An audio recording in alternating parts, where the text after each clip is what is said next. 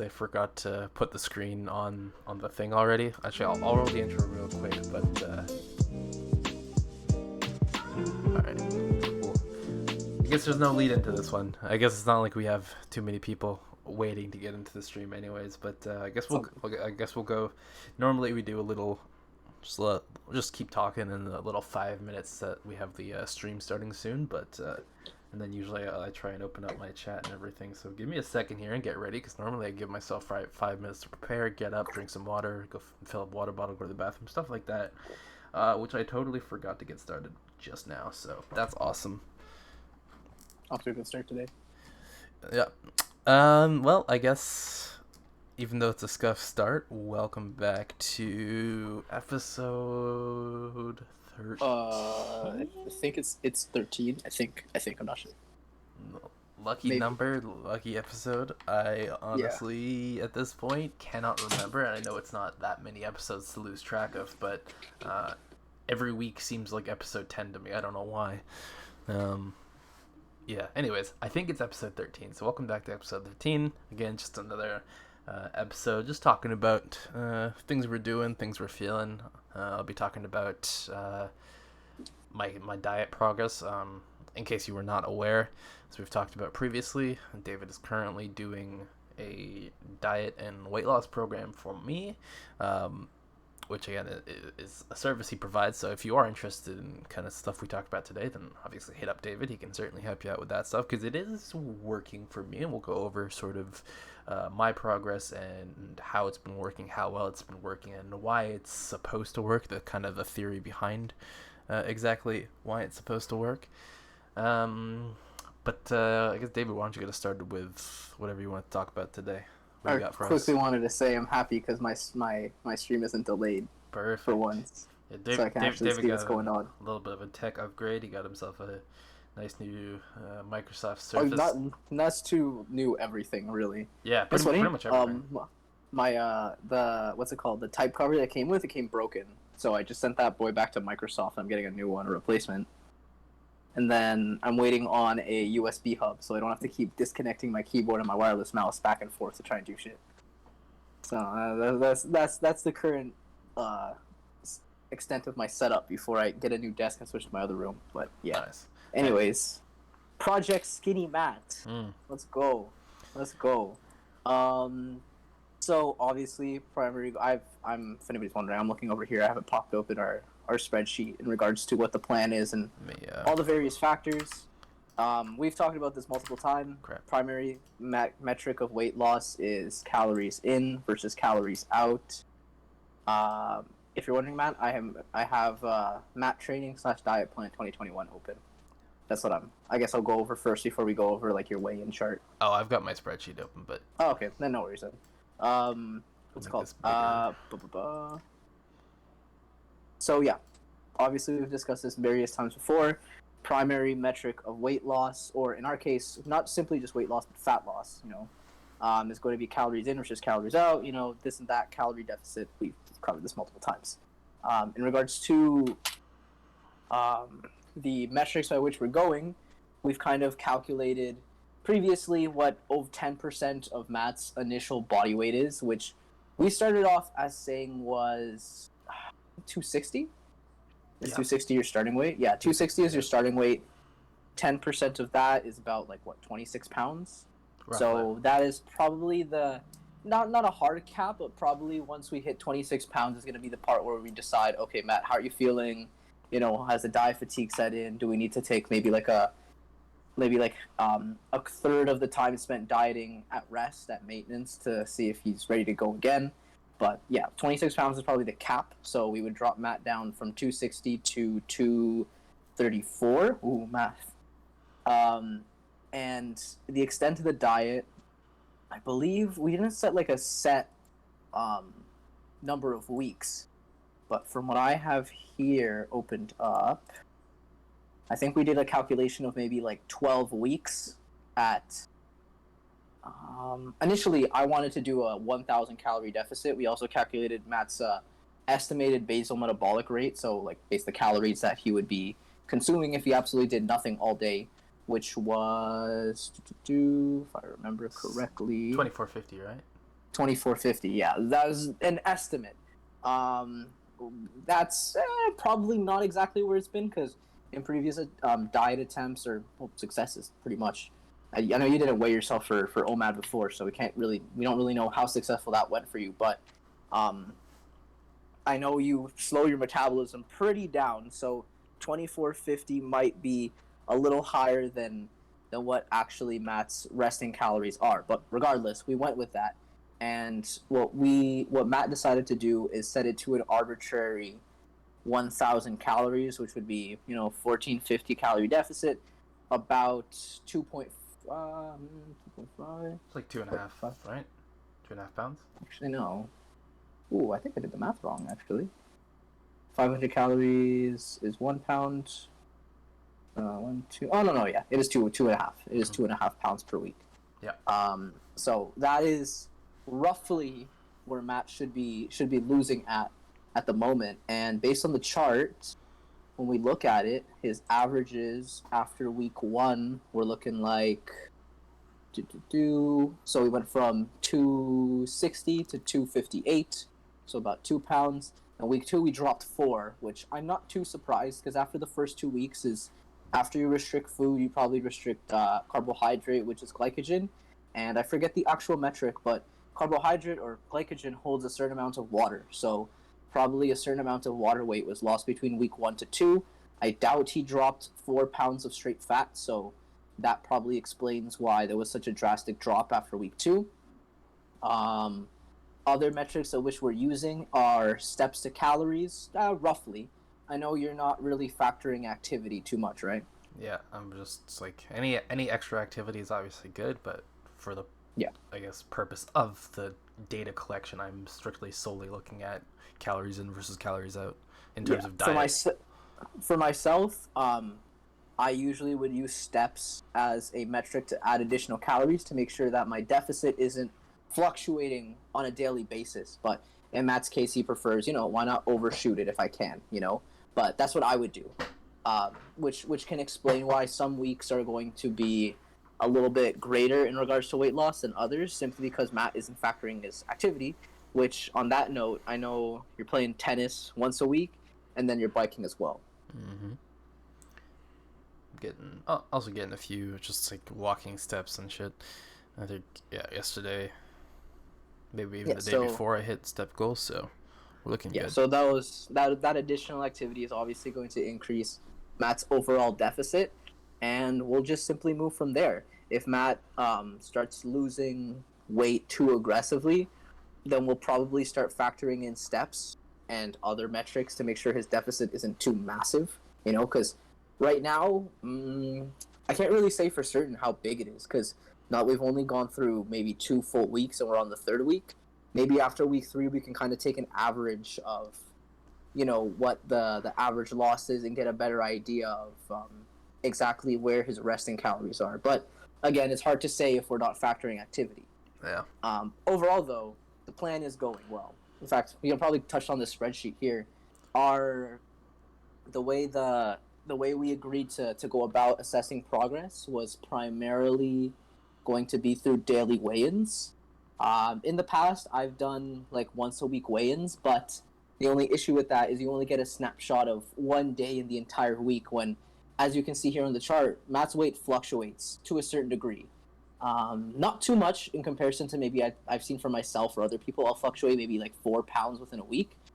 That only really happened to Matt in week 1 when he went from 259 to like 261, then down to 255, But in that week 2 was fairly consistent within 2 pounds. Same with this following week. So we can kind of determine like these weigh-ins are fairly accurate, and we can honestly, there's no real outliers here either. So there's no data we have to throw out, But that's what I like to do. I like to do daily weigh-ins, and you just take an average for the week. Otherwise, you might drive yourself crazy sometimes if you only have maybe like 4 data points in an entire month, But that's how we decided to do it. It would be the most, I guess, realistic and true reflection of what Matt's actual weight is. But if you see over there, average pounds, 258, 254. So far this week is 254. So, we'll see how Matt's weight changes. I'm not surprised that maybe it gets a little bit of a stall here after all the glycogen's been depleted, and then we'll decide, okay, where do we move from here? What variable needs to be adjusted? Did his food go high? Because we also have here his average intake for the day, which he's weighing his food for the most part, right? Yeah. Yeah, weighing his food, tracking it in MyFitnessPal, so we can also compare, his intake, and then see, okay, where were there any fluctuations? In fact, we can also take in his total kcals at the bottom and determine how big his actual deficit was, and then we can also go over activity and this and that.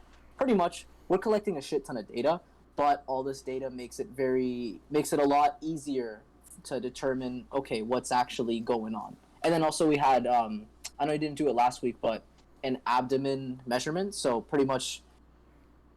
we're pretty much assessing just how much belly fat he's pretty much dropping, which is probably the most important overall one for looks, because nobody really always wants a dad gut, but also just for general health, like adipose tissue around your midsection probably isn't the health. Not probably, it's not the Definitely healthiest isn't. overall. It's not the healthiest, especially if that starts accumulating around like your organs and stuff like that. But overall, the only other piece of data that I would be collecting for myself would be I would be factoring in on that activity and extra calories from there, so we're even more accurate in regards to, okay, we know for sure, well, we're even more sure like how big the deficit is. But in that case, he's not doing it, which isn't a big deal as long as the numbers are going down and he doesn't accumulate a massive amount of diet fatigue by week 6. Then we got a problem. Yeah, I think that covers pretty much everything in regards to that so far. I think, I think I'm kind of over the hump of this week, and I'm feeling pretty good. And I'm thinking I can probably hit 252 by the end of this week. Okay. I don't think we're gonna hit an average of 252, obviously, because most of the week it's been 254, 3, and 5. But yeah, depending on what I eat today, I think that'll affect basically the weekends, because you can kind of see from last week, like I was 253 on the Friday, and then I think I ate 1,600 calories, and then I was up 2 pounds for the rest of the weekend. So and I seen it's only until Tuesday where it dropped to 253. Yeah, so it took about 4 days for the calories I ingested on Friday to kind of get out of there. So how's been your fluid intake? Yeah, it's been good. Pretty much. Okay. I don't drink out of my big jug anymore, but I just drink out of like a quick. I think these are like 1 liter. Yeah. Okay. A little 1 liter Gatorade bottle. Yeah. It's a lot more convenient to just have it and squirt it than having a giant jug and having to tip it up. It's also a lot faster to fill, because I literally have to stand at the sink for like 30 seconds and fill up my water jug. It's annoying. Fair enough. How about like sodium? How's that been? I don't know if you have any metric to go by that. I mean, I don't ingest a whole lot of sodium to begin with. Like, if anything, like in my diet, it's a light salt, and that's about it. But yeah, sodium's been relatively low. Okay, fair enough. Then honestly, again, like anybody watching, you'll have weeks where the scale maybe doesn't move or doesn't move according to how you'd want, but no need to panic, because this is a long game, and especially when you start using averages and stuff like that, But again, me and Matt, again, I'm not really coaching Matt. This is kind of a collaborative effort, because he has a good idea of how his body responds. I'm just here to be that second opinion, which is sometimes what you need, especially if you're doubting what you're actually seeing on like the data sheet. Yeah, because like it's tough on the days where it's like you jump up from like 253 and you're like, sick, 253, it's only going down from here, and then the next day you're like 256. You're like, what the hell happened? How did this happen? Yeah, literally. But sometimes it's just subtle things like sleep, the exact content of the food that you're eating, bowel movements, shit like that. Quite literally. Like all that type of things, they all matter. So there's also a reason why we're using like a daily weigh system, so we can actually map out, okay, this is how Matt's weight fluctuates throughout the week. So no need to panic if things aren't necessarily going right, because again, long-term game, and we're looking at long-term trends to see what's going on. And if things aren't moving, then maybe we just get a little bit more precise, factor in activity here and there, and then literally just move from there. Just ask as many questions as we can. So overall, Matt's moving solid so far. I mean, we do our check-ins on Sunday, so we'll see what this week's average is. As long as he hit maybe like 1.5 pounds, then I think everything's moving well. And then when we go back to work too, like your step increase, everything's gonna boost up. So I'm assuming like you're gonna drop 250 by week 5. Maybe we'll see, but I have a feeling you'll hit 250 by week 5, and then we'll just keep pushing from there. That's doable. I mean, it's kind of crazy. Week 5 when you're down 10 pounds. Yeah. So, again, anybody listen, like it's a long-term game, and if anything, you can set up like a little table like this for yourself. You probably don't need to do the kcals. That Matt's doing a little extra work there, but if you like really want to like observe like once a week, okay, this is what my averages are, this and that, then by all means do it. Like the only people I see like getting this precise are actual bodybuilders trying to really hone in on exactly what's going on. But yeah, this thermodynamics doesn't lie. So if you want to do it, this is probably, it takes effort, and it can maybe drive you crazy if you're new to it. But it's the best way to, I think, be 100%, well, not 100%, but be as close to 100% sure of like how your body's fluctuating. As best as we can. Yeah. So I like to track this stuff because, like as I've said before, I know the science behind weight loss. We've talked about it extensively on this show. It's like I already know what's going on with it, but I do like looking at the details, and obviously there's like the whole calories in versus calories out theory, and like in theory, if I eat this many calories and burn this many calories, then I should be losing this amount of weight or gaining this amount of weight, and seeing how the actual experience, the doing it for real, because like even in my spreadsheet, like I have like the theoretical weight loss compared to like how much weight loss there actually was. So it's pretty interesting to look at. Technically, in theory, if I don't eat between now and next week, I'll lose 4 pounds. Yeah. But again, like you're saying, like it's all theory until you actually put it into practice. Yeah. It's nice when you have somebody to kind of like go back and forth and help interpret the data. Because again, like sometimes you're like, fuck, what decision do I make? And it's important to, especially on stuff like this, like have a cool head in regards to who's making your decisions. Or who's like, who's collaborating with you to make these decisions. Pretty much. Like even myself, so sometimes I'm like, fuck, I don't know what to do. Sometimes I'll see like a big thing for me is sometimes like my bowel movements just aren't happening, like as in the way I need them to do, and I can't get an accurate weigh-in, so my weigh-ins are skewed for the whole week. Like the last week or two, I've had like an average weigh-in of 166, and I know I'm not that heavy. Like today I weighed in, like I got a final like good shit in. And I weighed in like 165.8, and I'm like, okay, this is more accurate. Especially me trying to gain weight and keep my performance up. It sometimes messes with me. It's just my body just not cooperating how I want it to be.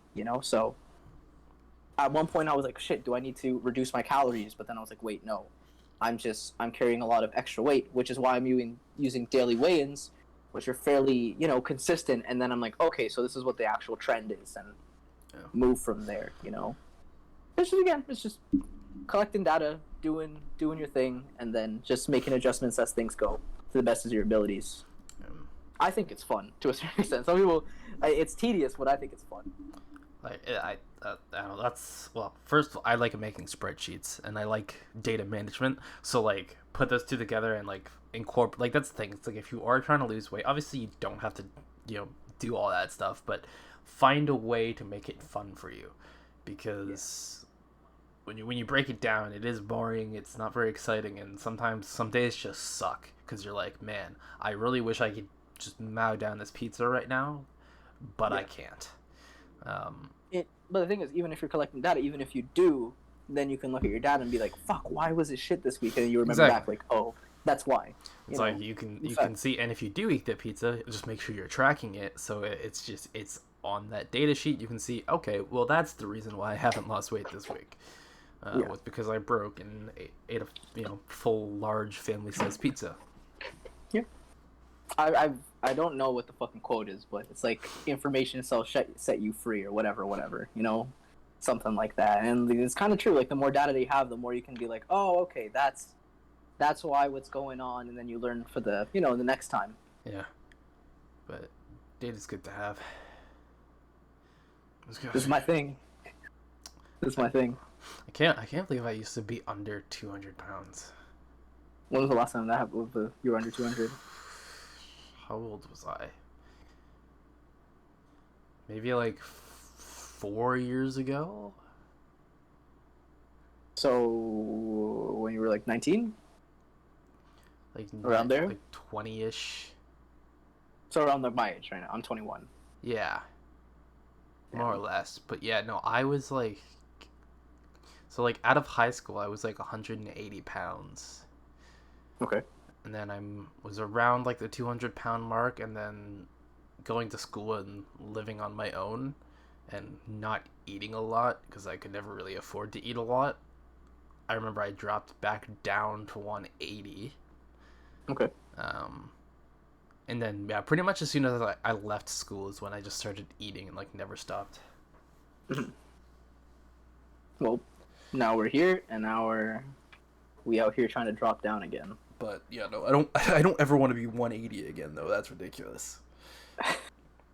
For somebody who's 6'3", should not be 180 pounds. That's crazy. I'll match you at 200 eventually. It'll take me a while, but I'll match you at 200. That'd be insane.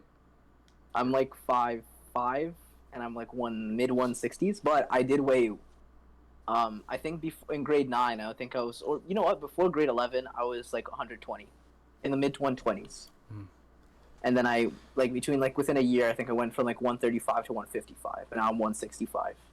So the goal is by November I'm gonna be 170s max, like 180 around there by the end of the year. So I'm gonna eventually get close to 200, hopefully. It's pretty good. Within like the next 5 years. A leanish 200 though, hopefully. Yeah, we don't want to see Operation Chubby David. Yeah, like me, somebody who's 5'5" at 200 pounds, they better be heavily muscled. Like you've got to be a freaking pit bull at that point. Yeah, otherwise, like your body composition is not going to be looking nice for the most part. It will not. So those are my long-term weight goals. Depends how healthy I stay long-term. Yeah, my end goal is get down to 220 and then start converting whatever's left in body fat to lean muscle mass. And then just hover around there. And just stay at like 220. Good. Anybody who's listening, long-term goals. These are almost multi-year goals. That like overall Matt's goal might take till the end of the year before we start even thinking about putting on any lean mass. Yeah, that's the thing. It's like we're looking at like a January 2022 timeline to be able to even get down to that weight, and then converting that fat to muscle is another set timeline, which obviously we'll set goals when that happens. But like we talked about like motivation and goal setting. It's really important, yes, to have a long-term goal, but also have like the different stops along the way. So like right now we have like the 12-week program, and by the end of that 12 weeks we're looking at like it'd be a month break, like 235 to end off there. It was like 235, I think. Yeah, around there. 234 is like 10% of your overall weight so far at 260. Yeah. So yeah, we're hoping at the end of that 12 week, and that's like that first milestone is to be at that 10% loss at 12 weeks. Then from there, we figure out how to proceed. We set a new plan. We stick to that plan, and then hopefully by the end of that plan, we're looking at the 220-ish. And then again, another plan commences. But we have the end goal, and it's just a matter of hitting the certain milestones, checking off all the boxes. Once we hit that, all right, let's come up with a new plan. And that's pretty much that's basically, I mean, that works for any goal you have in mind, but yeah, specifically for weight loss, like have a picture of where you want to end up, but also figure out exactly what you need to do to get there, and when you're gonna do it, and how you're gonna do it. Pretty much, and that's pretty much what we set out to do. We didn't even mention like eating and your diet and stuff and like the actual specifics. These we just talked about the overall just metrics and rate of loss that what we're shooting for. Which if you're interested, check out our episode 2 nutrition. I forget the name, but it's episode 2 where we kind of went over the guidelines and stuff so you can set it up for yourself. When it comes to nitty gritty, in fact, that goes into the next episode, which was nutrient periodization and stuff like that too, which is a whole other thing, But the more you learn, the more complex it gets, but the more in control you become overall when it comes to your nutrition. So, always a tedious but fun thing, at least for me. Yeah, definitely. I don't know, definitely. I don't know if it's more enjoyable, but in my opinion, more effective than doing like Weight Watchers and stuff. Although Yeah. I know we talked about Weight Watchers and everything, but I still kind of like their point system, and that's why I track the data. Like I track my calories in and calories out, and I kind of have like my own kind of point system where the points are calories. So if I know if I had a really light day yesterday, then I can kind of play around with what I can eat today based on the caloric intake. Or if I know like today I'm going to be burning at least like 800 to 1,000 calories, I know that I can compensate that with something that I want to eat, which is kind of how Weight Watchers works, or kind of how Weight Watchers is used. So I don't obviously use Weight Watchers, but I kind of adopted their system, and that's why I track the data so that I can accurately do it and responsibly do it. So I'm not just guessing and I'm not just winging it based on how I feel. Exactly. We've tried to eliminate as much guesswork as possible when it comes to the plan, because then when you do, it's becomes fairly simple overall. Obviously, on my end, my goal is putting on size, and for the most part, that's a lot less. Depends on who you are, but for me, that's not very psychologically taxing. The most difficult thing for me is sometimes realizing, oh shit, I didn't factor in this bit of activity. I got another 400 calories to eat today. It's late in the day, and I don't want to eat it because that messes with like my digestion. But that's like the only real downside that I've had, with my long-term massing goals. I think I'm on like 0 points between 0 point. Oh, excuse me. I forget my ratio. I think 0.4 to like 0.75 pounds per week is my range to shoot for, and so far I'm doing pretty good. I'm closer to that higher range than I like. I set my calories to like 0.5, and I'm probably like 0.6. But as long as you're moving in a direction, that's what really matters. And all like the little details. That's just fun stuff to play with along the road. I would love to be able to just need to gain weight. Ugh. How much nicer life would be. I need to be heavier.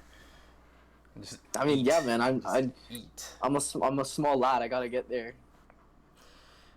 Should be interesting. Hopefully, gyms open up soon, and I can actually get into the gym and start working away, and maybe even get a head start on building that lean muscle mass. Yeah. But like I'm not going for like the strongman body. I don't want to be like chunky and muscular. I'd rather just like convert most of that into muscle. Yeah. Chilling within that 10 to 20% body fat range. Anywhere within there. I think, what was the lowest BMI I've ever had? I think, I don't remember what the range values for BMI are. It's like 24.5 or something. 24.5 is like above cut off average. Or like normal. Yeah, I think my lowest BMI ever was like 18. Okay. That was like, when I was like 19-ish, 18, 19 years old. That was pretty good, right? I honestly don't know what range. Like, you never want to be... heavier I get... Sorry, you never want to be too low, and you never want to be too high. Yeah. The heavier I get, the more I get transitioned to obese. But, I mean, that's the thing about BMI, though. It's like, you can't really accurately judge it, because it's like... Yeah, you could be in that obese range, but you might not actually be obese. Like, yeah, for sure. Physically obese compared to, like, BMI obese. Which is why BMI is one of those things where it's like, don't really take it too seriously because it's really inaccurate. Because there's so many different factors that can affect it. It's like you can be a fit guy and have a BMI of like 24, and according to Yeah. that, you're Yeah. unhealthy. It's like, doesn't make any sense. You can just, if you're just very muscular, you're going to have a high BMI. I guess you have to combine BMI with then waist circumference as well to determine, because that's the most important thing. As long as the weight isn't around like your abdomen and stuff like that, then you're solid. You know, you could have a ridiculously high BMI, but if you're a bodybuilder and you have a tiny little waist, you know, it's gonna be two very conflicting bits of information. Yeah, because it's like, again, you can be like 5'5", 200 pounds. It does not mean you're overweight. And hit a vacuum. Yeah. Hopefully, give me 10 years and I'll get there, at least. By 31-year-old David will be 200 pounds. Mark my words. Oh, good lord. That's a terrifying sight. Where's the protein powder? Where's the protein powder? No, there's really no reason for me to be getting back into protein powder, is there? I'm just trying to think. Like, really, for my goals, I have no need to do it. Yeah. And like, right my now protein intake is already high as shit. So like, what did we set yours at around? It was like one something on average. I forget. I don't remember. Well, I mean, if you're eating 1,000 calories, it can only be math. 1,000 divided by 4 to I can't do math. 250 calories worth. No, that's not right. No, it can be, if you only ate protein, you could eat a max of 250 grams. Right. At 1,000 calories, which obviously is not the case. So if you cut that in half, I think I'm around like 60, anywhere between like 60 and 100 grams of protein a day, depending on what I'm eating. For anybody trying to put on size, obviously that would definitely not be enough, because that's way below that 1 gram per pound of body weight. But Matt's kind of a specific situation where higher, we're keeping the calories fairly low, but also his weight is fairly high. So we've kind of taken a sacrifice. You might lose a little bit of lean mass, or we'll see, in exchange for just dropping weight in general. So again, in the long term, we'll see how this experiment goes. But yeah, we've focused on primarily first fat loss, and then we're gonna go into actually putting on some mass next year. Realistically, next year. Pretty much. Yeah. So I think that encapsulates pretty much your overall plan right now. I'd say it's going well, and I don't know. I'm lucky enough to have the willpower to see it through. Like, I've been consistent with it and haven't really broken at all. So as long as I just stick to it, the science and the data says that I should be, hitting my goals. Yeah. So unless something crazy happens out of the blue, then there's no reason why it shouldn't work. Yeah. As long as we're collecting data, we can make adjustments if something crazy happens. Like he just gets a random stall for like a week or two, and then we'll just adjust from there, this and that. Comes down to just making adjustments based on the data. That's pretty much it. Pretty much. All right, what do you want to touch on next? What else you got? Euros. The Euros are happening. For anybody who's a fan of football, basically they got postponed last year because COVID, and now the World Cup of Europe is now going. Well, I can't say that, but it's the best explanation I can give. Pretty much, just the World Cup for Europe is going on when it comes to knockout tournament football. So yeah, that's happening. In fact, it starts tomorrow. Tomorrow's the first game. Turkey. I think Turkey. They don't host them. They're playing in Azerbaijan. They play Italy. I don't know, Matt. Do you know anything about the Euros going on? Not too much. I've been mostly paying attention to the lead up to the Olympics or the possibly non-Olympics. What's going on with the Olympics? I haven't heard a single thing. It's a tough situation for everybody involved because it's like Japan doesn't want to cancel because then the IOC will fine Japan, but then the IOC doesn't want to cancel because Japan will fine the IOC. How does that work? So yeah, but also I think it's like something like 90% of the Japanese population doesn't want the Olympics to happen. Yeah. which is obviously a staggering amount of the general public opinion. I would even say 50-50 would be already pretty significant. But yeah, it's like 90% of Japanese people don't want the Olympics to happen, which again makes sense with everything that we've been going through the last year or so. But yeah, it's one of those things where it's sunken cost. Like all of this time and effort has gone into preparing for this. You can't just not have it because somebody's going to be losing a lot of money. But more than just somebody, a shit ton of people, then the athletes as well. That's like. But I mean, they were supposed to be last year, right? Yeah, it was supposed to be last summer. That's 5 years of preparation for athletes. They're going to make it 6 would be like, man. But here's the thing: it's like there are like world-class athletes who actually failed to qualify this time. Like long-distance runner Mo Farah. He actually didn't qualify. Isn't that the guy who won the that like English one in the UK or something? Yeah, he's the British athlete. He's one of the best distance runners in the world, and he actually did not qualify. He didn't requalify, so he will not be at this year's Olympics should it happen. Though I believe he qualified last year, and was supposed to be at last year's version of the Olympics. So it's already kind of one of those things where athletes are not they're out of their window. They're out of the competition window because it's one of those things where you train for 4 years for this one specific thing that's every 4 years, and if you miss your window, then that might be it for the rest of your career.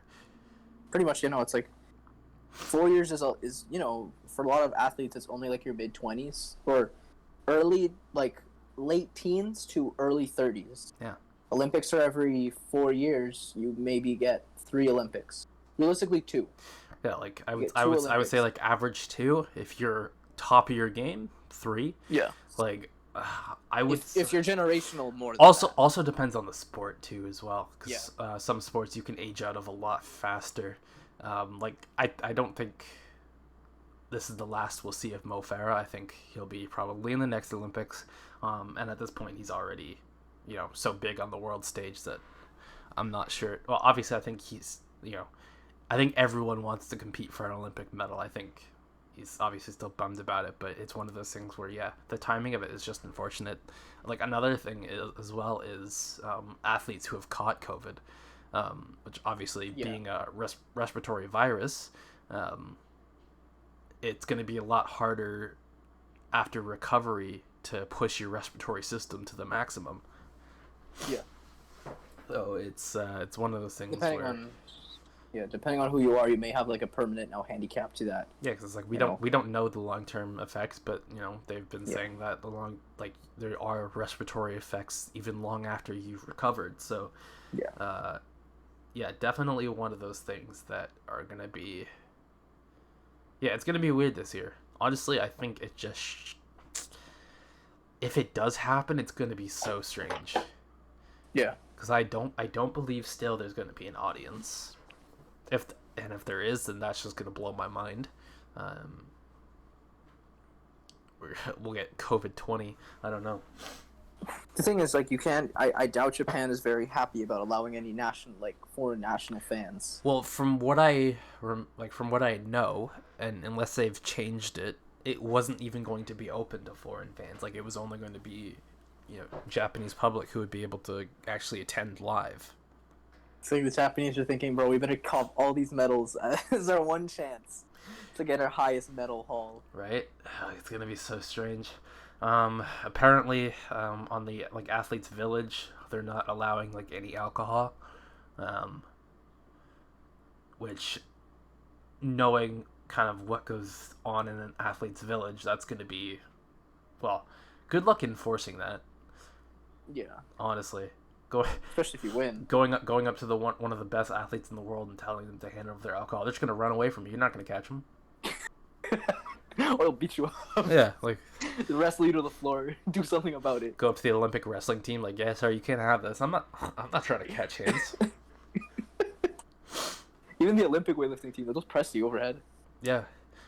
but snatch you over the gate. I don't know. Like, I would like for there to be an Olympics solely because it's been a while since I've been able to observe, uh, you know, a high level sporting event Yeah. of any kind.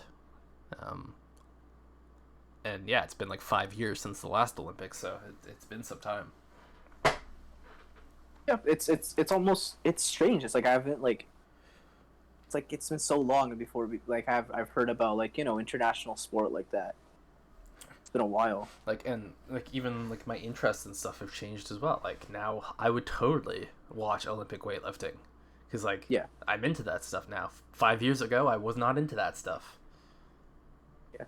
To just see the Chinese weightlifting team just smash even more records. Yeah, exactly. Like I would love to watch some of the stuff because my obviously my interests in sports have changed and there are sports that I was not interested in and now am and would like to see competed at the Olympic level. Yeah. I'd probably watch. I probably will watch Olympic weightlifting just because it's just a ridiculous expression of like skill and strength, like the ability to just power clean 300 pounds plus and then press it over your head. That's one In fact, event. some guys are snatching 300 pounds plus. That's one event that I don't feel like the like people time out of. Like I feel like a lot of the Olympic weightlifters have been going to the Olympics for like the last like 15 years. Yeah, Because I like mean, it depends. Depending on the athlete, if you don't get injured, you just like powerlifting or bodybuilding, you just keep getting bigger and stronger. As time goes by, your technique improves as long as you don't get hurt. Which is a big if with Olympic weightlifting sometimes. But no, I'd like to watch Olympic weightlifting. Obviously, I'd like to watch track and field events because that's my sport. But again, after the retirement of Usain Bolt, I am not too interested in the track and field scene because nothing's going to be quite as entertaining as Usain Bolt. And like I said before, I don't think we're going to come close to beating that record for like at least the next like 20-30 years. Yeah. Unless we just like start genetically enhancing humans and then having them compete in regular Olympics, but like I don't know, we'll see. If anything, But there's definitely a Usain Bolt potential like challenger to that record just somewhere in the world. like that's the thing. It's like they just don't know it. like Usain Bolt is the fastest man in the world that we know of. Yeah, that trained, that reached his potential. Like there could be literally somebody out there who is just faster that nobody knows of. Yet or never will because Or there's never get involved with the sport. Like they'll never set foot on a track and actually compete, and then who knows? What nationality have the last several records been held by? Have they all been Jamaican? Yeah. Like I know who held it before him. I believe it was something Powell. No, that's the other Jamaican sprinter, Asafa Powell. But oh no, he did actually. Yeah, I believe Asafa Powell had the previous world record. I don't think he held it for very long though. That's the thing, because like him and Usain, I believe, started around the same time. Yeah. Hold on. Let me look at the history because I know at least for Canada, I think at one point, I don't know if Donovan Bailey ever had the world record, but like isn't the guy who got like disqualified or something for whatever? That was it? No, there was two. There was Donovan Bailey, and then Ben Johnson. Ben Johnson got DQ'd for. But here's the thing, everybody in that race was basically doping. Okay. Because so my old track and field coach, he was part of so funny story with him and kind of talking about timing out of Olympics. So he was supposed to go to that Olympics. Or no, the year he was supposed to go is when they boycotted it. I can't remember where it was, like LA, I think maybe. Yeah. The year, like his Olympic year got boycotted, so he never got to go. And then by the time the next Olympic year came around, he was not in good enough shape to be able to qualify. But like his main competitors at the time, like he was sprinting at the same time as Donovan Bailey, Ben Johnson, all that stuff, and obviously like he knew all those guys. And yeah, like it's basically confirmed that just about every single person in that race that year, in that 100-meter finals, was doping. So On the juice. yeah, it's just, I guess, Ben Johnson who got caught. But At what point in professional sports do we just say, fuck it, let him steroid? Let's see what happens. How fast can a man really run? I mean, I'm all good for having a separate league just for juiced athletes. Yeah. Like, I mean, what is your opinion on people who say pretty much all professional sports is juice to a certain extent? I don't like it because it's not giving enough credit to the actual athletes. They don't I don't think people really understand how hard these athletes work. Yeah. Like, I don't think they really, like, they'll just see, somebody at the top of their game compete and, crush it, and they'll go, oh, well, obviously they're juicing. It's like, no, this person, eats, sleeps, and breathes athletics. They wake up. And they also have a team who do the exact same thing for them. Exactly. It's like, yeah. It's like in his prime, Usain Bolt's, like, schedule was train, like, 6 days a week. Pretty much all day, and that's it. Like, he doesn't have a job and then has to train on top of the job. His job is to train. Yeah. Like, that's it. So I don't think saying, oh, all these people who are the best at what they do are juicing, it's not giving them enough credit. How much gear do you think is in professional sports, though? Oh, still obviously a lot. Yeah. Most definitely a lot.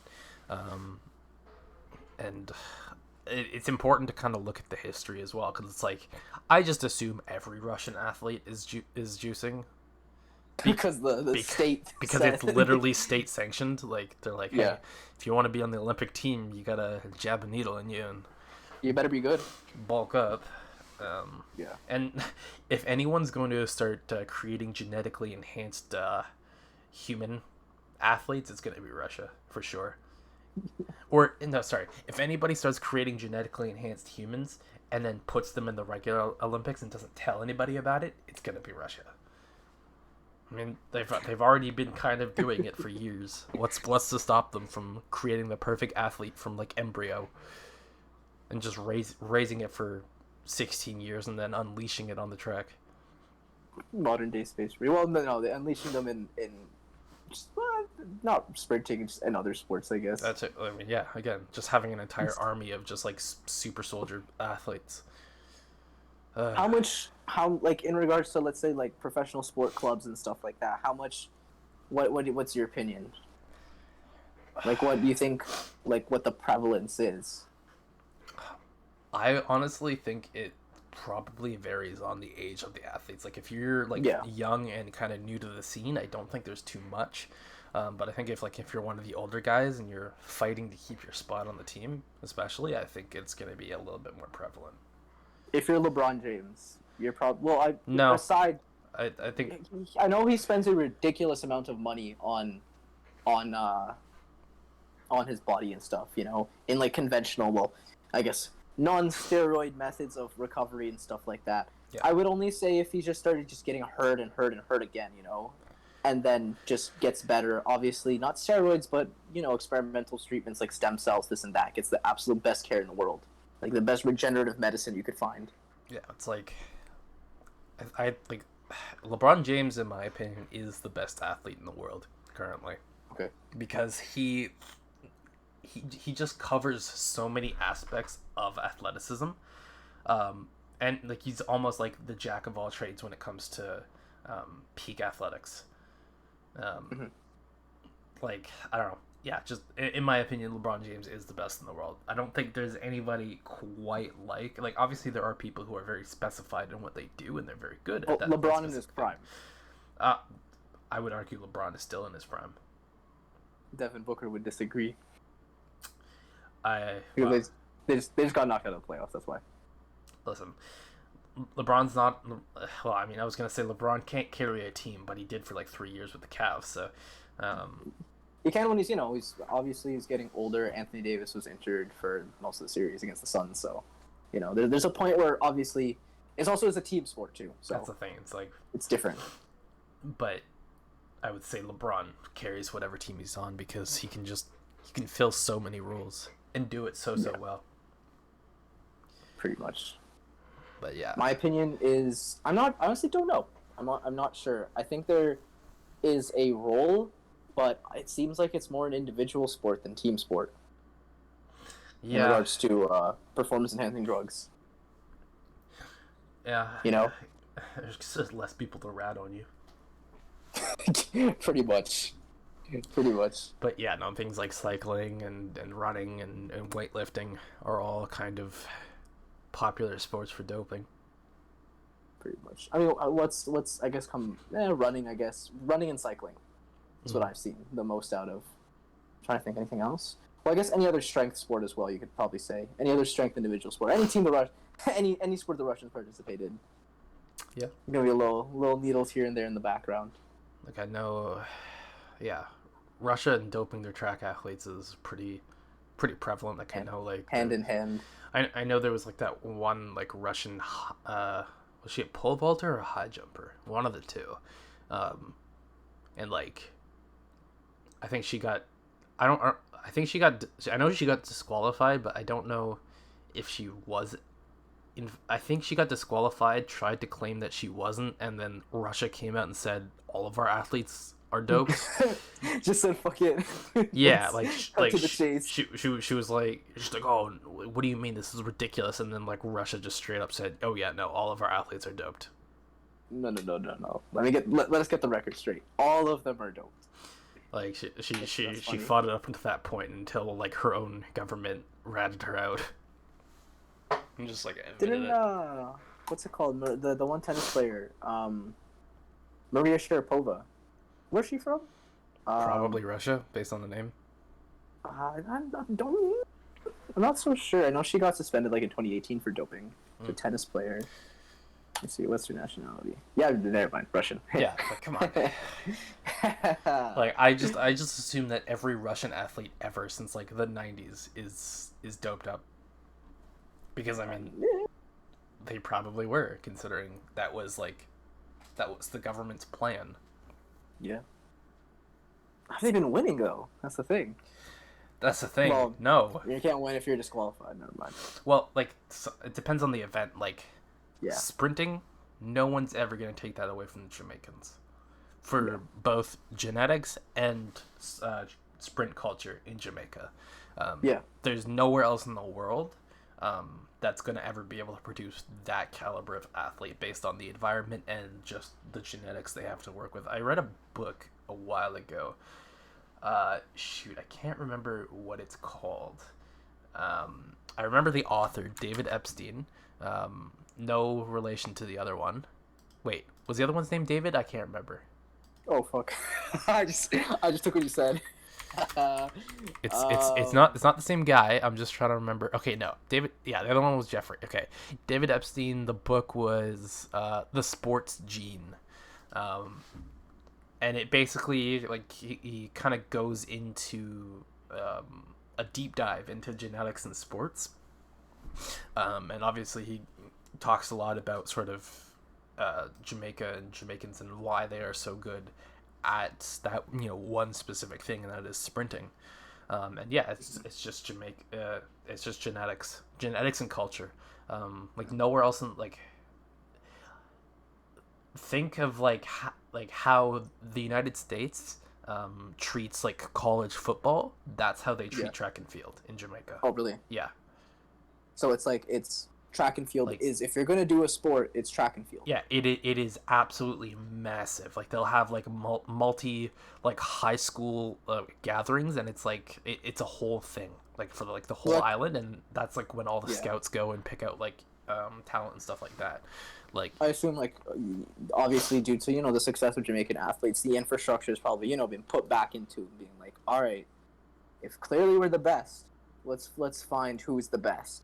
Well, yeah, I mean that's really it, and it's like, because even before they kind of made their scene name on the scene, like they were still very very good, and that culture was still there. It's like, having Jamaican background myself, my father, my grandfather, and my great grandfather all ran track.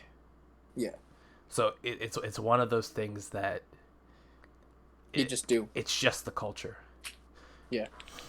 And then it's passed down and then carried out through genetics, which I don't know is part of the reason why I was as fast as I was, just because I had good genes in me.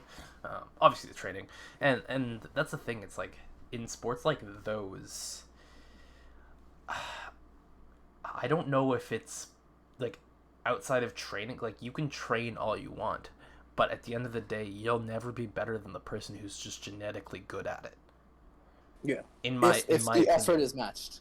Yeah, well, definitely the effort is matched, but Yeah. like, I don't know. It's one of those things where, is it possible for, another country to roll up on the Jamaicans and take them out of the world On scene? an off day, you know. Like I don't Just- think it's possible. I think in the last, well, as far as I can remember, as far as I've been paying attention to track and field, so maybe since 2006, I don't think a non-Jamaican has come first place in a sprint event. Is it maybe hurdles? I don't know. I don't follow hurdles because I hate hurdles. But quick side note. Guess what? I just wanted to take a look. What event the Russians are the most successful in overall, both winter and summer. The most number of golds, I guess. So for summer, I would say, like, I want to say like weightlifting for summer Olympics. No, that's Really? actually way down on the list. Then maybe like a field event. Nope. Really? Yeah. You want me to tell you? Yeah, tell me for summer. Wrestling. Oh, okay, that makes a lot of Wrestling, sense. they have the most amount of golds in both the winter and summer. 31 golds. 56 medals total. In regards to the most amount of medals, like bronze, silver, or gold, it's gymnastics. And then athletics is on 60. Huh. So the most medals is gymnastics and athletics and wrestling. Yeah, that makes a lot of sense. Yeah. Both wrestling and gymnastics are extremely physical. Weightlifting is actually, they've only won 4 golds and 18 total medals. Really? Yeah, they've only won 4 golds. That's interesting. Like all the juice for what? Like that's the funniest part is like they state sanctionally dope their athletes and then they still lose, because people are still better than them. Yeah, I'm trying to think when was the last time they won a gold. It's like when Hitler hosted the Olympics, and like all the black athletes dusted his Aryan master race athletes, and it's like, okay, you can cry. He was impressed about it though. That's the funny thing. That's the thing though. He was not mad. Like he was like, oh dang. Fair enough. But yeah, that's the thing. It's like at the end of the day, you can train the hardest you can possibly train, but genetics will always come into play. And if you just have superior genes, like sorry to tell you, but unless you are an outlier and you've got like all the odds stacked against you and you still come through, like you're not gonna be able to compete against a full country of superior genetics. They have a separate section where it covers stripped Olympic medals. It's a long list. Oh no. It's a long list. 2014 though, the Winter Olympics, there were only 3 guys who got stripped. Well, because I mean, can you really dope for a Winter Olympic sport? 2012, 1, 2, 3, 4, 5, 6, 7, like 15.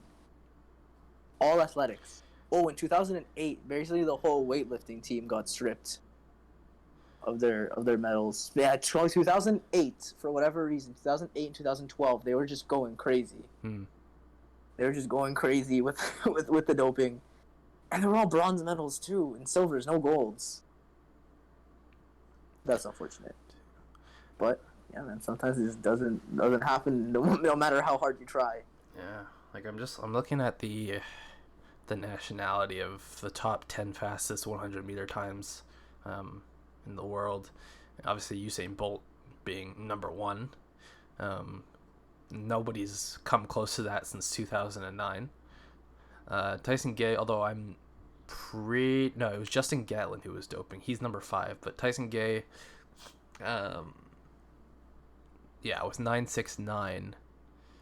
I believe he had the world record before Asafa Powell. I'm not sure. Then Johan Blake, Jamaican, Asafa Powell, Jamaican, and you got Justin Gatlin, but he doped. He got suspended for doping, so I don't I don't count any of his achievements, to be honest. He doped and he was a sore loser about it, so um, I don't trust anything that he does anymore.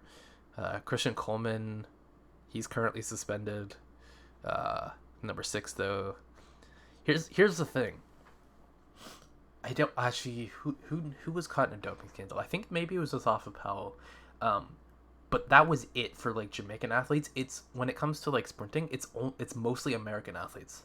It's pretty much exclusively the American athletes who get caught in doping scandals.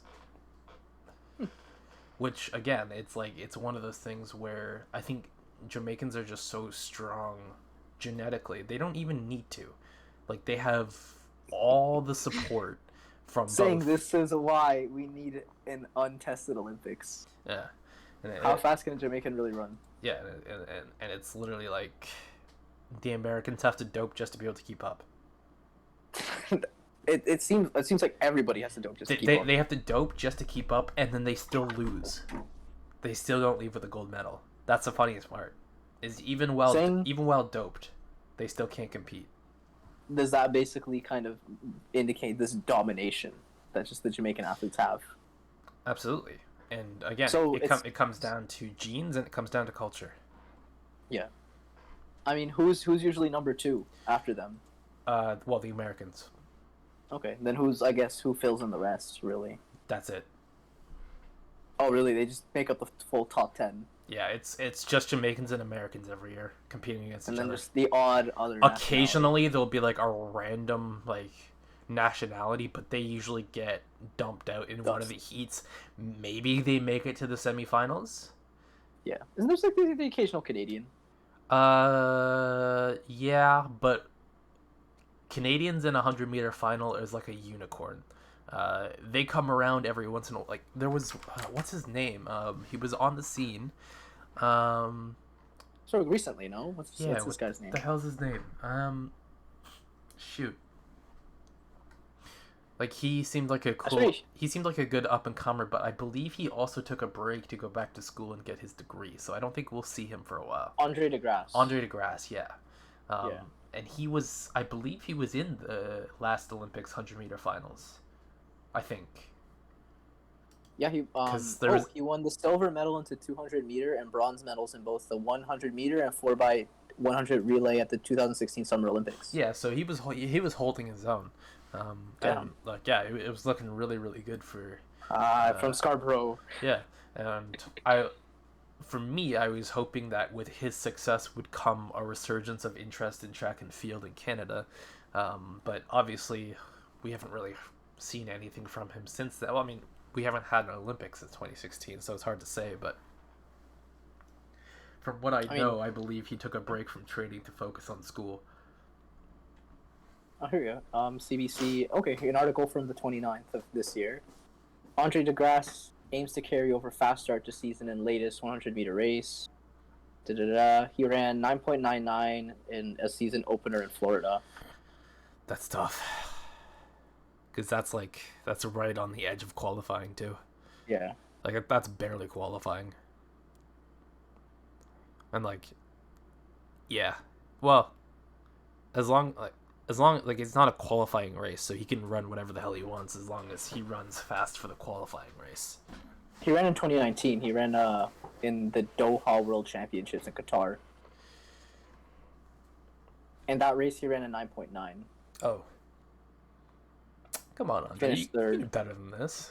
He finished behind Christian Coleman, suspended, and what's his name? Gatlin. Justin Gatlin. So, doper and ex-doper. His bronze was a 9. Actually, you know what? His bronze at the 2016 Olympics was a 9.91. So we actually beat that by a tenth of a second. Oh, well. Again, I don't know. I haven't paid attention to the scene, but I assume people are just getting faster. Yeah. And it's like bronze is 9.91, but then you've got, Usain Bolt who can shave off so much time even after that. Like the gap is. I'd be interested to see. Like that's why I kind of want the Olympics to happen because this is the first post Usain Bolt Olympics in a while since like Was he at 2008. was he at Rio? Yeah, he was at Rio. Oh, okay. He did Beijing, London, and Rio. And Rio was his retirement race, basically. Even at the top, 3 Olympics. Yeah. And then, like, pretty much 3 gold medals per Olympics because you got the gold in 100, gold in 200, and gold in 4x100 relay, basically What was his every time year. what's the world record? What's his time? It's 9.58. Jesus Christ. Mm-hmm. Yeah, like I'm looking at these guys. So he came third. So a personal best of 9.9. Christian Coleman, he did 9.76, and then American 9.89. So he missed on that second by a tenth of a second. Yeah. That's like, ridiculous. Like, for me to raise my eyebrows at somebody and at least hold them in contention of breaking the world record, they would have to just, like, on any given day, run, like, a 9.65. Like, for me to even look at them and go, oh, okay, they're for real. This is interesting. Yeah. But then that 9.65 could be their personal, that could be the career best. That could be their peak. You never know. So it's like, I think previous to the 9.58, though, the world record was 9.69, I think. That was the last world record before Usain Bolt's, I believe. Let me see. Oh, Andre Degrasse. He's going to Japan. Oh, okay. Well, we'll see. Yeah. We'll see what happens to him. Okay, yeah. So, oh wait. Okay, yeah. So, yeah, the previous record was 9.69, but that was also Usain Bolt's record. So don't worry about that. Before Bolt, it was Asafa Powell with a 9.77. Damn. So guys are just smoking that now. Which, yeah, like a 9.77 is like that's mid tier. So people are getting faster. That's the thing. Like you're top 5 if you get that. Yeah. Essentially. Like, but 10 years. Well, probably more than 10 years ago. Like 15 years ago, you would have been the best in the world running that time. Yeah. Anything like what sub 10.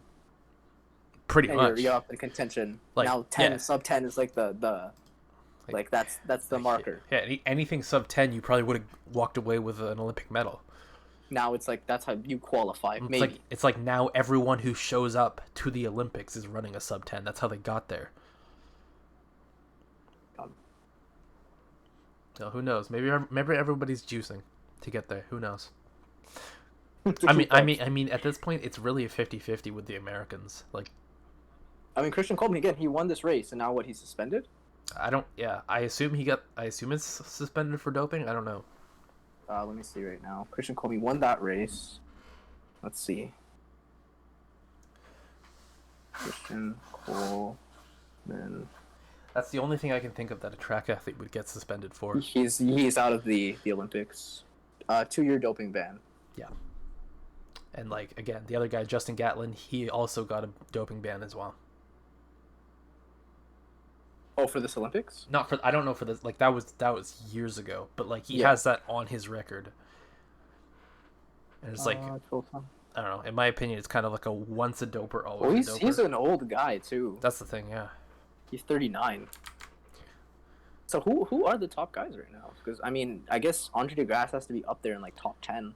I would say so. I don't know if Johan Blake's still going, but he was kind of like Usain Bolt's second for a while. I think Asafa Powell's out because he was old as shit. Let's see. I'm sure somebody's written an article for this Olympics on who to watch.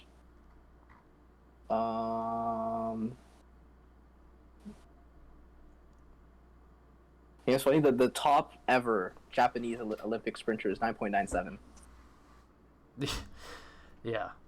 I don't think the Japanese are ever known for their sprinting prowess. 2020 Olympics. Let's see. Has anybody written an article? Oh, here we go. We got a ranking. Oh, that's last year. 2021.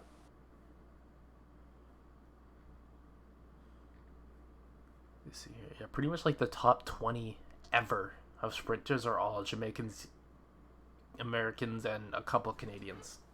With the a couple like a Trinidad and Tobago thrown in there because like occasionally they show up, but it's well not occasionally. It's usually pretty much always just been Richard Thompson who shows up, but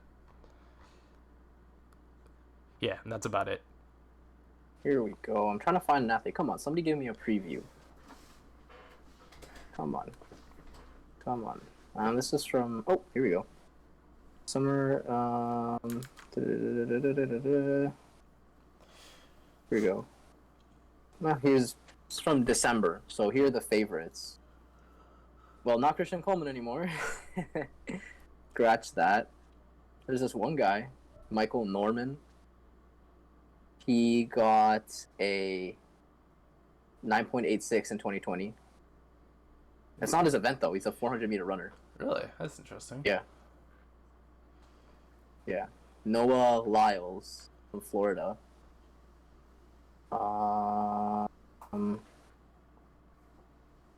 He's a 200-meter, though. He's actually defending world champion at the 200-meter. He's 23. It's not bad. Justin Gatlin. You know what's funny? It literally just says the Jamaicans. Not even a name. Oh. Julian Ford is apparently the top Jamaican sprinter, but he's 6th in the world with a 10.03. That's the top Jamaican sprinter with a 10.03? Yeah, right now. Ooh. All right, well maybe the days of Jamaican dominance are over. It seems like it. If that's their best athlete they have right now is a personal best of 10.03. Yeah, it seems like Johan Blake is retiring. Oh. I mean, yeah. As he should. I mean, he's been going at it just almost as long as Bolt's been going at it, so I'm not surprised, but like...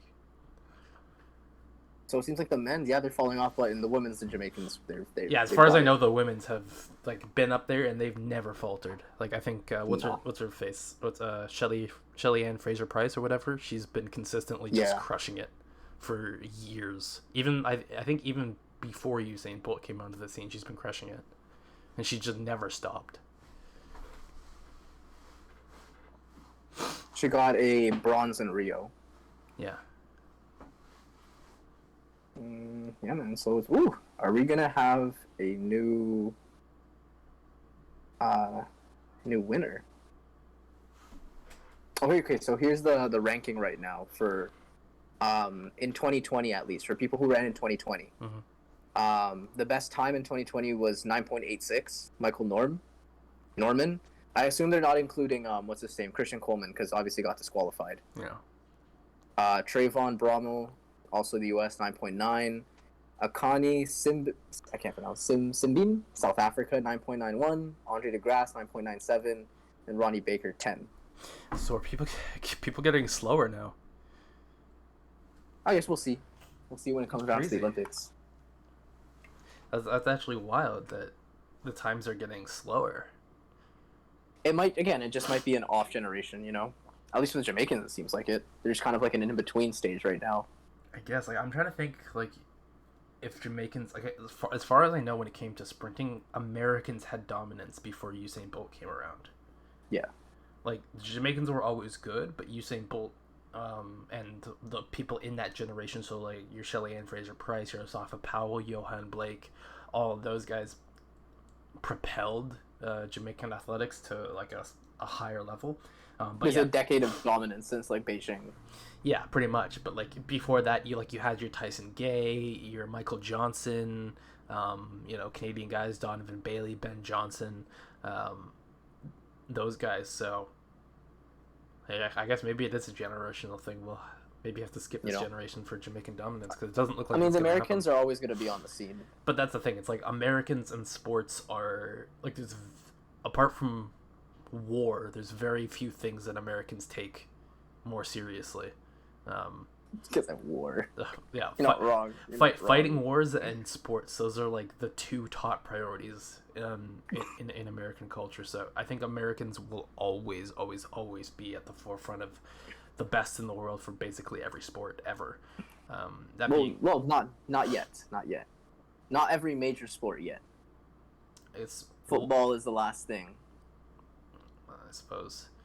But they have gotten good in the last little bit. They have a lot of good like players from like different nationalities, that play for the U.S. that are now playing for like elite European teams, that are like very young. Like Christian Pulisic, he's thinks 22 or 23. He played for Chelsea in the Champions League final, became the first American to play in a Champions League final and win it. Weston McKennie plays for Juventus. He was playing in Germany. Another guy plays in Germany who's really young. He's like 18. There's like they've another guy who plays for Manchester City. Like now they're starting to like trickle into like top European clubs. So not this World Cup, but maybe the next one they might like be maybe a quarterfinal, semifinal team. So they're going to be coming around. Simply just the amount of immigrant children that come out of there now. That's the one thing that Jamaicans do not have dominance on, and that is soccer. They just, I mean, they make it to, they do okay in CONCACAF, but I don't think they never qualified for a World Cup. Yeah, like they know what they're good at. Yeah, but I have hope for Canada soon. I don't. We're getting better. We're getting players here trickling in and there. In fact, one of my buddies, his little brother, his little brother's friend, he's signed for a team in England, and he's apparently pretty good. And then we have our one boy, Alphonso Davies.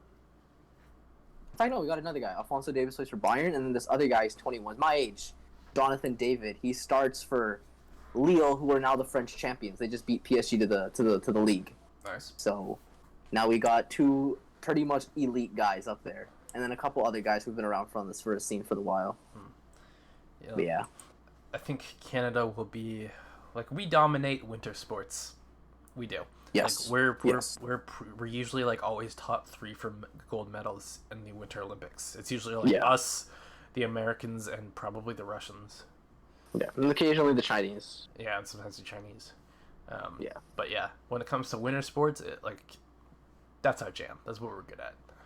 Which again is a product of where we, because I mean, we have winters. Canada produces the best hockey players.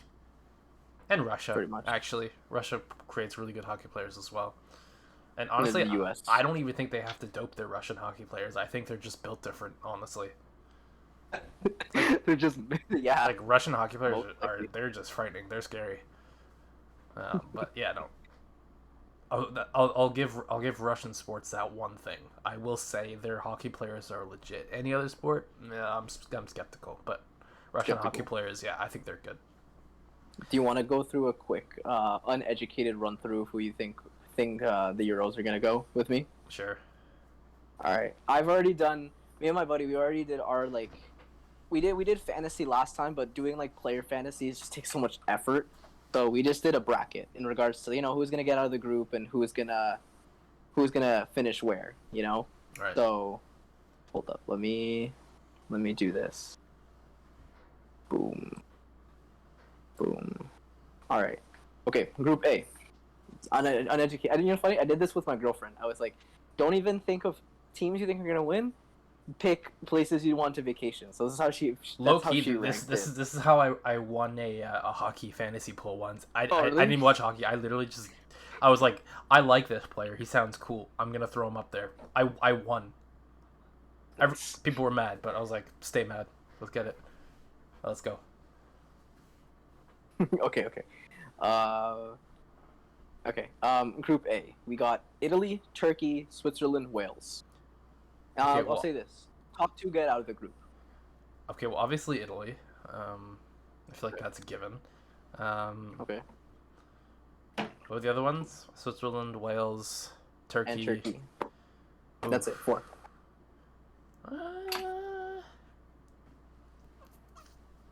I'll give it to Turkey, maybe. Okay, for second. Yeah. Okay. Then we got Switzerland and Wales. I'm gonna put Wales over Switzerland. Really? I don't know why. I just assume the Swiss are bad at soccer. Actually, they're probably predicted to finish second. Oh. Well, that's awkward. But it's okay. We're going with it. All right, B. We got Belgium, Denmark, Russia, and Finland. All right, I'm putting Belgium at the top. Okay.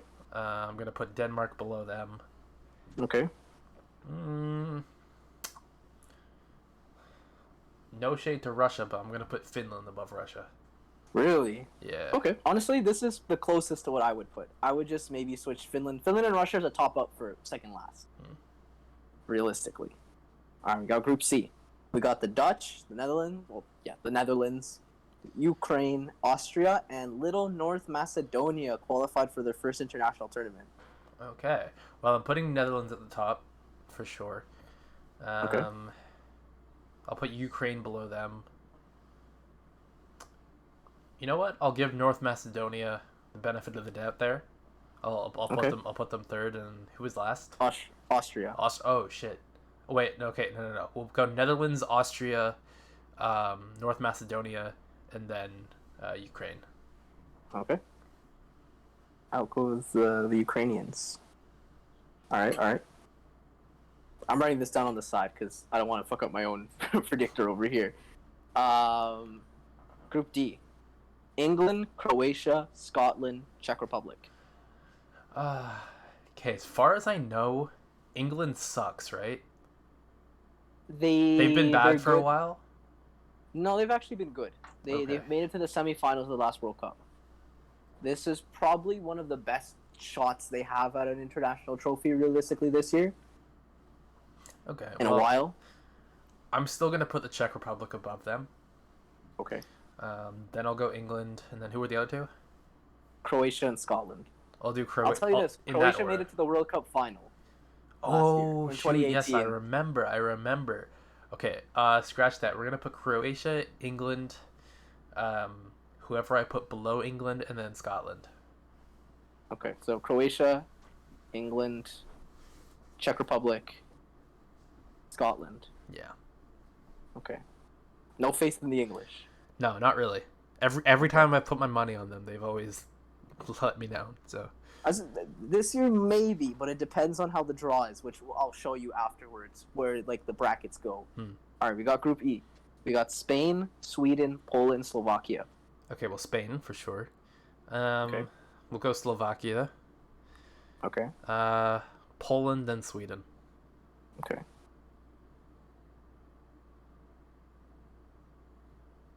Final group is the group of death. Okay. France, Portugal, Germany, Hungary. All right, put Germany at the top, just anecdotally. I'll tell you that Germany is actually ass now. Really? They lost to guess who? Who? North Macedonia recently. No way. Yeah, Germany. They're in an off. They didn't get out of their group in the World Cup. They didn't make it to the knockout round. They finished third. All right, well then forget about. They're in a weird transitional period. They're not terrible, but they're not like 2014 Germany who just walked everybody. All right, well then to World Cup final. I'm putting France at top, then Portugal, then who's the other one? Not Germany. The other one. Germany and Hungary. I'll put them in that order: Germany and Hungary. Okay, that's second like caveat. France are World Cup champions, and Portugal beat France in the Euros in 2016. Somehow they managed it. I'm gonna say it's a fluke. I don't care. It's a fluke. Probably was. But this year Portugal are better than they were in that. It's probably one of the best Portuguese teams. Okay, before we continue. Wait, do they have now? Ronaldo? Yes, he's still playing. Oh fuck. No. But France. I'll live with it. I'll live with that. In fact, that's the order I picked as well. I think France are still too good. Like I think France. Portugal. France is still a top contender in my opinion. They have a ridiculous amount of depth. Yeah. So much that this one guy, he's 26 and he still hasn't been capped for France. He's a top class player. He said, "Fuck it, I switched my allegiance to Spain. I'm gonna play for the Spanish now." So okay, top two advance, but the four out of the 6 third place teams advance as well. So I'm gonna name you your 6 third place teams. Okay. And you gotta pick out of which ones of those you decide are gonna have the most points. It's whoever gets the most points in their group, they advance. All right. Wales in the group with Italy, Turkey, and Switzerland. Finland in the group with Belgium, Denmark, and Russia. North Macedonia in the group with the Netherlands, Austria, and Ukraine. The Czech Republic in the group with England, Croatia, and Scotland. Poland in the group with Spain, Slovakia, and Sweden. And then Germany in the group of death. Okay, what am I picking? Which team? Those are all the third place teams. 4 out of those 6 teams, if they accumulate enough points, can advance. Okay. Basically, 2 of those teams accumulate. They finish third, but they accumulate basically barely any points. They don't have enough to advance. All right. How many do I need to pick? Like 3, you said? 4. 4? 4 out of 6. Yeah. Okay. So I'll say shit. Go through the list again. Wales, Wales, Finland, North Macedonia, Czech Republic, Poland, and Germany. Then I would say Czech Republic, Germany, and North Macedonia, and then It's either Wales, Finland, or Poland. I'll give it to Finland. Okay. All right. Now we move to the knockout round. All right. All right. Let's see. First round of 16, round of 16. Belgium versus.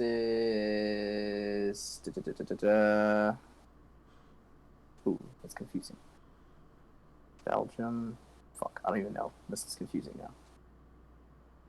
Okay, I'll do this one. This is easy. Italy versus second place in that one.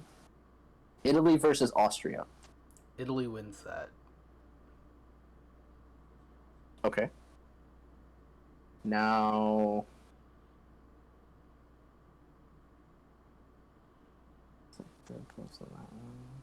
Ooh. Can't pick that one either. Okay.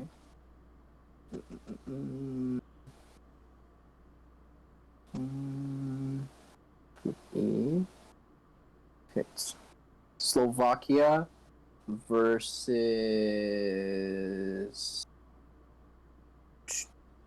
England. I'll take your word for it. I'll give it to England. Okay.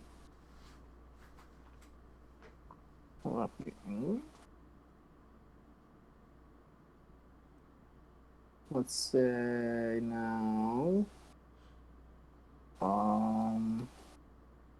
In Austria. Spain, North Macedonia. As much as I want the underdog to put in some work, I gotta say Spain's gonna crush them. Okay. It'll be a bloodbath. Okay. Maybe not. Might be another like Iceland, England situation. Oh fuck yeah, they did beat them. I forgot about that. That was the year I lost faith in England. I was like, how do you lose against Iceland? Like Iceland showed up and crushed them. They did. Yeah, that was. They also choked against Croatia. That's Mm-hmm. how they didn't make it to the World Cup final. And everybody was like, "It's coming home, and they flopped. Flopped it. Yeah. They flopped. Here, I'm doing this on paper, but I'm just gonna do it on the actual tool, which just makes it easier. Slovakia. Let me line it up. Boom, boom, boom. And then Portugal's from the thing, and then you picked Finland. Then you picked North Macedonia. Then you picked Czech Republic. All right, boom. There we go. That makes my life easier. All right. Oh well, then now let's change things. Okay. All right, read it. All right. Belgium, Germany. Belgium. Belgium. Italy, Austria. Italy. France, Finland. France. England, Slovakia. We already did that one. England. Spain, North. You did that one. Croatia, Portugal. Portugal. Netherlands, Czech Republic. Give it to the Czech. Okay. Turkey, Denmark. I'm gonna give it to Turkey. All right. That's round of 16. All right. Now we move to the quarterfinals. Belgium, Italy. I'm gonna stick with Italy. Okay. France, England. Hey, yeah, France wins that for sure. Spain, Portugal. Spain are also shit, by the way. All right, then Portugal. Yeah, that Spain have been shit since 2012. Then Czech Republic, Turkey. I'd say Czech Republic. You got faith in the Czechs. I don't know why. I just it's been so long since I followed like international international football. So like, You've got them to the semifinals. from what I can remember, or like at least what I have in my brain, was they were decent. Yeah. All right, semifinals. Italy, France. Because like Italy could get lucky here. This year they do have a decent. They're everybody's dark horse this year. You know what? That they have a young transitional team. They're not bad. They're not amazing, but they haven't lost in 23 games since 2018. I'll say Italy then. Okay. You have them beating the World Cup champions. I do. It's gonna be an upset. Okay. Portugal, Czech. I'll say Portugal still. Euro final. Italy, Portugal.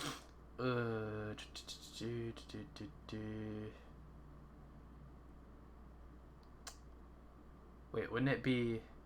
Oh, yeah, never mind. Yeah. Oof. Well, assuming Italy beats France, if they carry that momentum, they could beat Portugal. They could. If you beat France, then it's like it's possible. At that point, you're already playing very good football. To say that you could also go and play another game. You've beaten the World Cup champions. Now you're going to beat the Euro champions. You know what? It's great.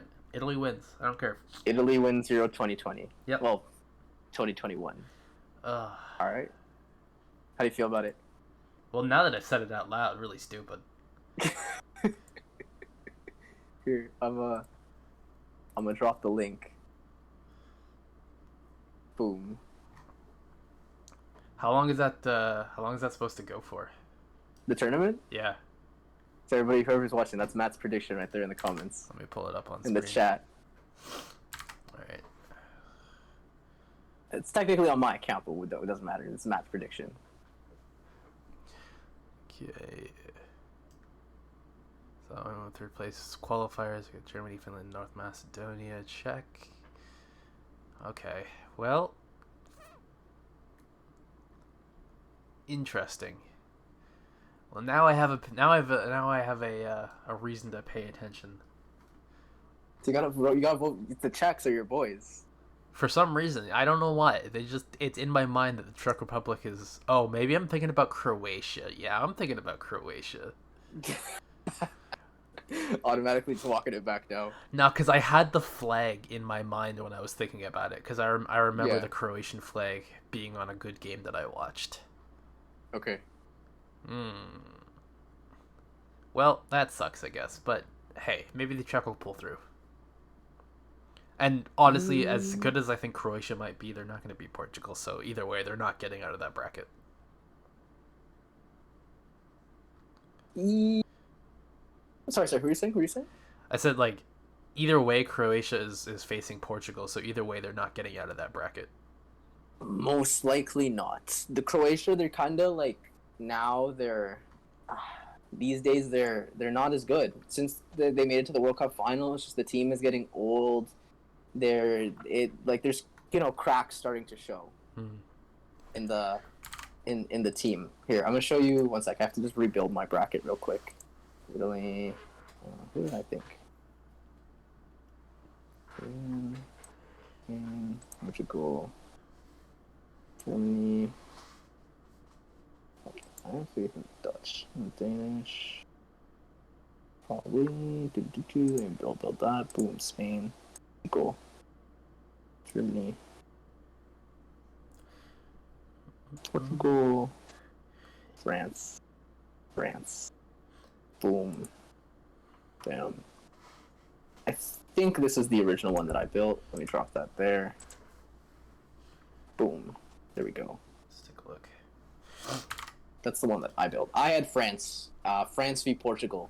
They make it all the way. They separate in the group stage, and then they make it all the way to the final. Okay.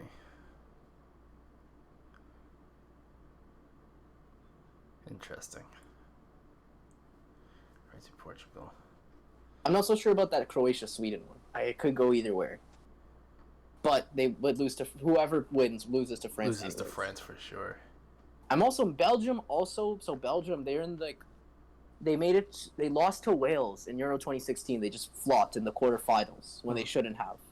And then they lost to France 1-0 in the World Cup semifinal. And they have a great team.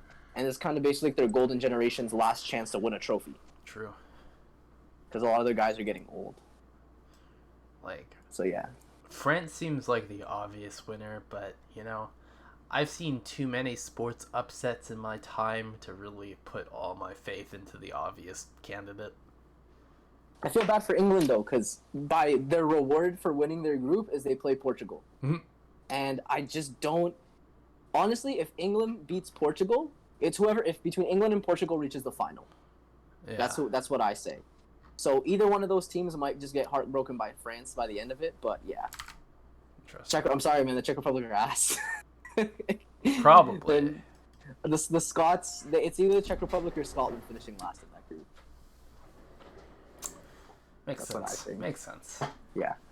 But, I don't know. I guess, does that finish up this episode? A quick Euro prediction? Pretty much, I would say so. Great. Save that link so you can keep up with what's going on. So you can see if your initial prediction actually comes to fucking fruition, because you never know what happens. When is it supposed to start? Tomorrow, first day. Turkey, Italy, and it's every single day until July 11th, I think. Okay. There's games. Interesting. So yeah, me and my buddies are gonna be following it and making. I have $5 on. In fact, you know what you can do? For every correct prediction you make, every right placing, you get 3 points. So you can tally up points by the end of it. Okay. I assume I can just do all that on the website, it'll work. Yeah, you can just make your account and do it. Cool. Yeah. So, anybody listen to the podcast, within 4 weeks' time, we'll know who accumulated the most points. I can live with that. Listen, my experience in pools have been decent, even when I have no idea exactly who I'm voting for, so I'm hoping my luck will carry over. My girlfriend has Sweden making it all the way to the final. Okay, well, I'm not that stupid. Come on now. Again, she did it by places she'd like to visit. Wow. But it's funny, by the end of it, she still has France as the winner. Well, yeah. So, we'll see. Who do you have? Italy? Italy, yeah. Italy. Well, Italy, what was it? Italy versus Portugal? I believe so, yeah. I think you're going to get the Portugal right. Italy, you know what? Maybe. Potentially. I have them getting knocked out by Belgium, but they could knock out Belgium and then play France, and you never know what happens. I think they have it in them. I think they have it in them, too. I think they have it in them to upset a aging Belgian team that is expected to walk all over them, and then just, boom, just surprised. Yeah. So, yeah. Anybody's watching, go do your Euro 2021 bracket and predict with us. Yeah, we will reconvene after it is done and see how it went for everybody. Yeah. All right. I guess that's today's episode. All right. So, again, you can follow us on all of the linked things. Check us out on YouTube. It's Fitness Decoded on YouTube. And yeah, we'll see you guys next time. Peace out.